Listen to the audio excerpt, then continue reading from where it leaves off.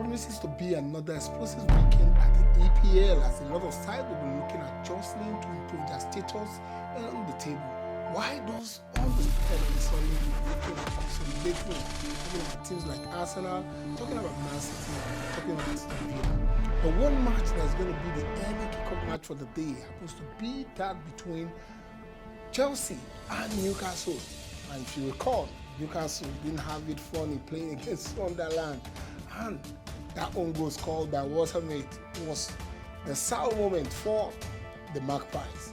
But somehow they'll be looking at resurging how they've been playing all this while and create a set of resurgency for their fans and also for their teammates as well as the coach.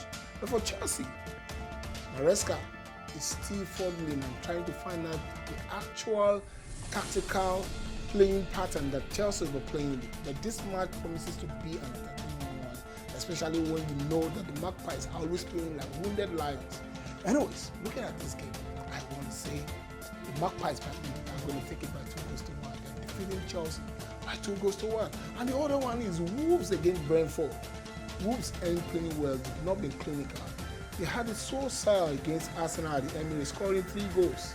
And how would you explain how they came and sat convincingly in a low block pattern that made it very difficult for Arsenal to navigate scoring from open play, and even they had to resort to scoring from the set piece. Called Arsenal the set piece king as always.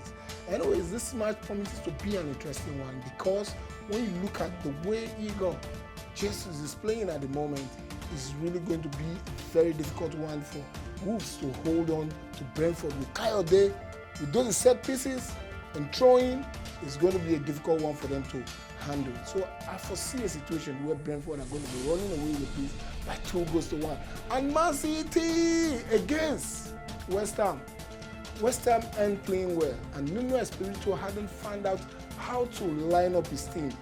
And with Man City playing so formidably well up front, the likes of Foden, Cherky, Haaland scoring every game.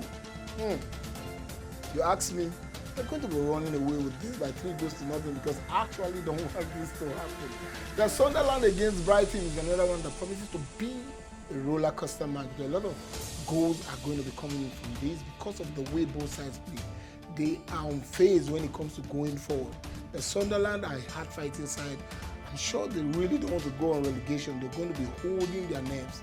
The Brighton, the way they play also, even when they are losing, they are attacking you.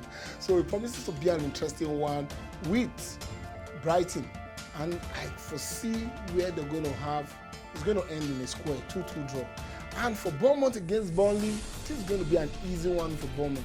They had a revelation moment at the Old Trafford where they scored 4 clean goals. And if not for Lemons, they would have taken the victory over Manchester United. So I foresee a situation where they're going to be defeating Burnley because Scott Parker hadn't found a way to defend. They're very good, but they don't know how to defend even when they go forward. So I foresee a situation where Bournemouth is going to be defeating them at 2-1. The next match is going to be Spurs against Liverpool. Spurs, Thomas Frank ain't playing well as well. And the Slot also ain't playing well with the side.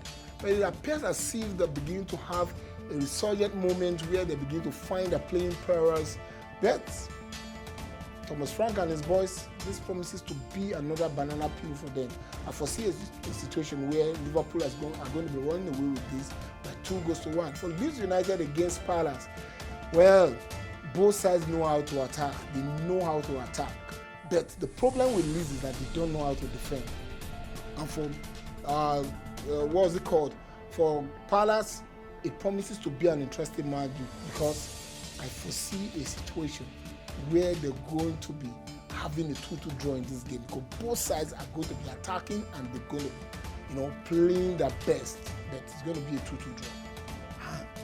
And the match that is going to come later day on a Saturday night is the one between Everton and Arsenal.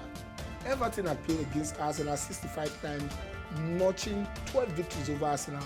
And Arsenal have come formidably, strong against them, winning 41 games over Everton.